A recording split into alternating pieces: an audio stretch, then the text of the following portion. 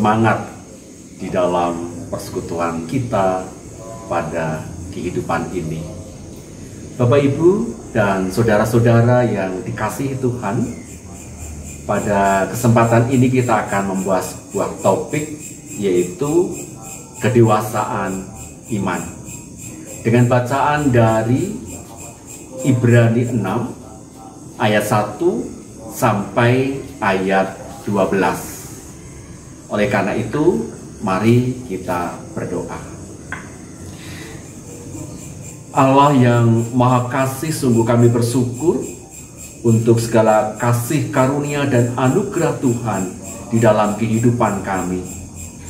Berkati dalam pendalaman Alkitab kami pada saat ini, sehingga kami terus bertumbuh dalam kedewasaan iman kami, sekalipun di tengah-tengah kehidupan yang serba sulit. Namun iman kami terus dapat bertumbuh dan kuat di dalam Tuhan. Inilah doa kami, dalam Kristus kami berdoa. Amin. Bapak, Ibu, dan saudara-saudara yang dikasihi Tuhan, salah satu buah modernisasi adalah pengagungan terhadap daya nalar logika manusia. Berawal semenjak abad pencerahan, berlanjut pada revolusi industri. Bahkan hingga sekarang ini, semangat modernisasi senantiasa mewarnai kehidupan manusia. Pada satu sisi, modernisasi membawa dampak yang positif, karena memberi ruang kepada umat manusia untuk mengekspresikan potensi semaksimal mungkin. Namun pada sisi yang lain, akan ada hal-hal yang terpaksa tersisih karena tidak up to date atau ketinggalan zaman. Gejala semacam ini kini mulai marak dijumpai pada generasi milenial.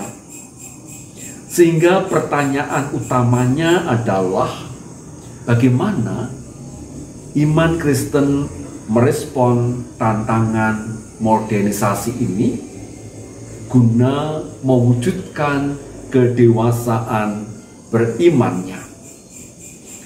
Bahasan inilah yang menjadi tema dalam PA sore hari ini.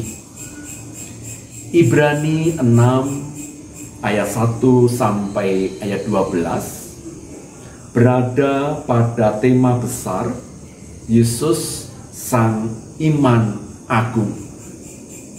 Dengan secara spesifik mengangkat tema dorongan untuk terus berpengharapan, dengan penjelasan bagian demi bagian sebagai berikut. Ayat 1 sampai ayat 3, penulis surat Ibrani hendak menekankan betapa pentingnya pendidikan iman, bahwa yang disebut sebagai asas-asas dasar pengajaran iman Kristen tetaplah perlu diperhatikan. Namun orang percaya tidak boleh hanya stagnan di hal-hal yang demikian. Dengan demikian, diharapkan iman akan terus menjadi baru dan kontekstual karena diperhadapkan dengan kenyataan kehidupan sehari-hari, dan tidak hanya berkutat pada ritual ataupun tema-tema pengajaran yang begitu saja.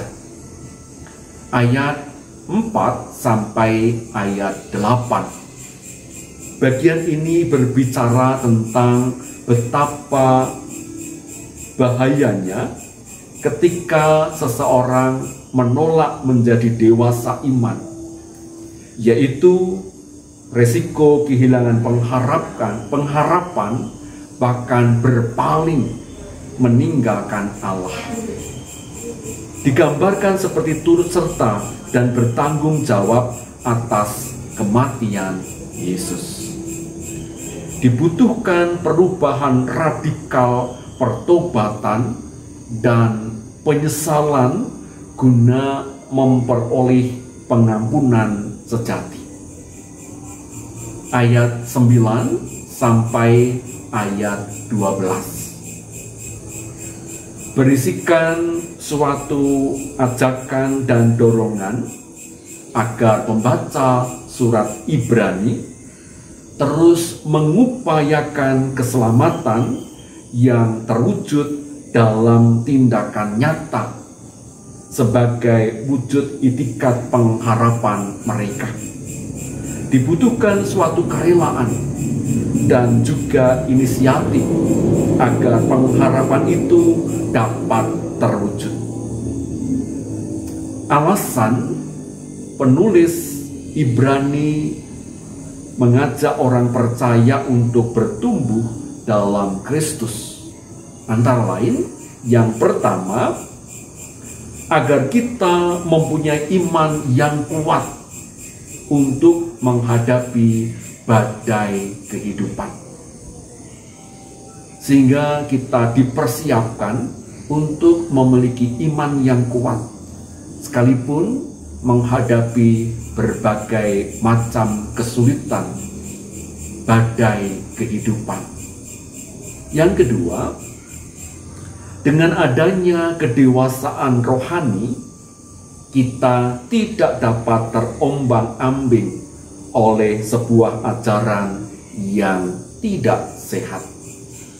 Kita ketahui dengan perkembangan zaman, beragam muncul ajaran-ajaran yang menyesatkan, ajaran-ajaran yang membingungkan, sehingga kedewasaan iman menjadi tameng dalam menghadapi berbagai macam tantangan kehidupan di zaman modernisasi ini.